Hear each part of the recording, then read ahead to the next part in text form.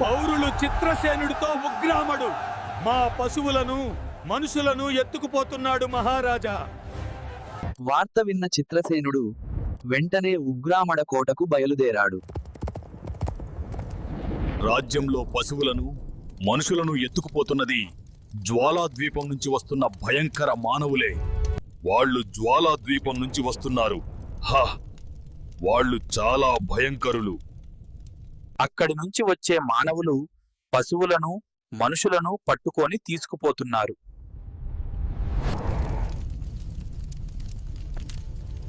వాళ్ళను నేను నీకు చూపిస్తాను చిత్రసేనుడా. తర్వాత వాళ్ల రహస్యం తెలుసుకోవడానికి చిత్రసేనుడు ప్రయాణం ప్రారంభించాడు. ఉగ్రాకుడు చిత్రసేనుణ్ణి అతడి పరివారంతో కలిసి తన మహాకోటలోకి తీసుకువెళ్ళాడు. వారికి తన కోటలోని వెలలేని రత్నరాశులను వెండి బంగారాలను చూపించాడు. ప్రపంచం పుట్టినప్పటి నుంచి రాక్షసులు వాడిన ఎన్నో విచిత్రమైన ఆయుధాలు, శిరస్త్రాణాలు అవి చూసి చిత్రసేనుడు ఆశ్చర్యంతో నిలబడిపోయాడు. కాని అతన్ని అన్నిటికన్నా ఆశ్చర్యపరిచింది మందో ఈ ధనరాశులే. రాక్షసులకు ఇంత ధనంతో ఏం పని? ఉగ్రాజా, రాక్షసులైన మీకు ఈ ధనకనకాలతో ఏం పని?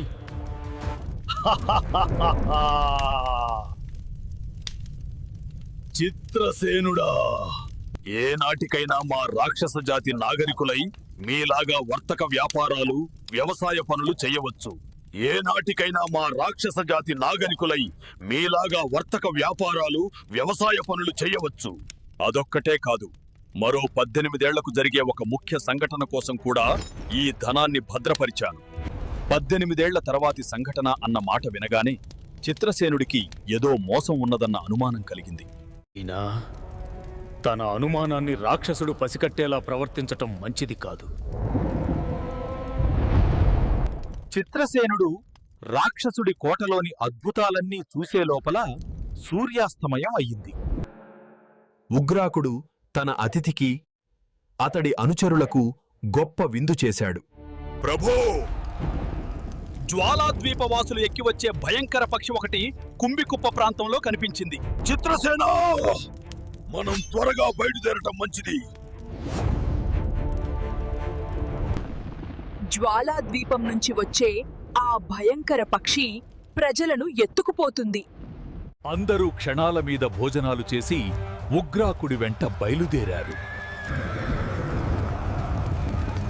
ఉగ్రాకుడు తన వెంట చిత్రసేనుణ్ణి, కొద్దిమంది ఆయుధదారులైన సేవకుల్ని తీసుకుని మిగతా వారిని వేరే దిక్కుగా పంపాడు. ఉగ్రాకుడు, చిత్రసేనుడు కోట వదిలి తూర్పు దిక్కుగా అడవిలో నడిచారు. హఠాత్తుగా కోటవైపు నుంచి పెద్ద రెక్కల చప్పుడు, కీచుమనే వికృత ధ్వనులు వినిపించాయి. అందరూ చెట్ల మధ్య ఆగి కోటవైపు చూశారు. కోట మీద వలయాకారంగా రెక్కలు చాచిన వింత ఆకారాలు ఎగురుతున్నవి. కోట రక్షకులైన రాక్షసులు పాడుగాటి దివిటీలు గాలిలోకి ఎత్తి కేకలు పెడుతూ అవి కిందికి దిగకుండా భయపెట్టిస్తున్నారు. ఉగ్రాజా, ఈ వికృతాకారాలు భయోత్పాతం కలిగించేలా ఉన్నవే. అవి నీ కోట మీద దిగి దాన్ని ఆక్రమించుకోవాలని ప్రయత్నిస్తున్నవా? జ్వాలాద్వీపవాసులు అలాంటి ప్రయత్నం లోగడ 1-2 సార్లు చేశారు. నా సేవకులు పెద్ద పెద్ద కాగడాలు, ఈటెలు ఉపయోగించి ఆ భయంకర పక్షిపై స్వారీ చేస్తున్న ఒకణ్ణి కింద పడగొట్టారు. వాణ్ణి గానుగకు కట్టి 4-5 చుట్లు తిప్పేసరికి తను ఎక్కడ్నుంచి వచ్చాడో చెప్పాడు. కాని తతిమ్మా వివరాలు తెలుసుకునే లోపలే వాడు చావటం జరిగింది. ఇప్పుడు వాడి అనుచరులు నా మీద పగ తీర్చుకునేందుకు ప్రయత్నిస్తున్నారు. అంతే, వాళ్ళు సాహసించి కోటలో దిగరని నా నమ్మకం. ఉగ్రాకుడు మాటలు ముగించకముందే చుట్టుపట్ల చెట్లు గాలికి భీకరంగా ఊగిపోయాయి.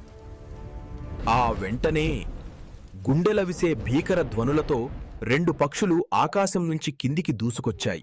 వాటి వీపుల మీది నుంచి పులి చర్మాలు ధరించిన 4 మనుషులు దిగారు. కానీ తతిమా వివరాలు తెలుసుకునే లోపలే వాడు చావటం జరిగింది. ఇప్పుడు వాడి అనుచరులు నా మీద పగ తీర్చుకునేందుకు ప్రయత్నిస్తున్నారు. అంతే. వాళ్ళు సాహసించి కోటలో దిగరని నా నమ్మకం. ఉగ్రాకుడు మాటలు ముగించకముందే చుట్టుపట్ల చెట్లు గాలికి భీకరంగా ఊగిపోయాయి. ఆ వెంటనే గుండెలవిసే భీకర ధ్వనులతో 2 పక్షులు ఆకాశం నుంచి కిందికి దూసుకొచ్చాయి. వాటి వీపుల మీది నుంచి పులి చర్మాలు ధరించిన 4 మనుషులు దిగారు. వెంటనే ఉగ్రాక్షుడు చిత్రసేనుణ్ణి తన అనుచరులతో కలిసి చెట్ల మధ్య దాగమని సూచించాడు. వింత. పక్షులపై వచ్చిన మనుషులు నేలపై దిగారు. వాళ్ళు నేలబారున పడి చుట్టూ చెట్లలో జాగ్రత్తగా పరిశీలించారు. వారి వెనకగా ఆ భయంకర రెక్కల జీవులు అల్లాడుతూ ఎగిరాయి. అవి సాధారణ పక్షులు కావు.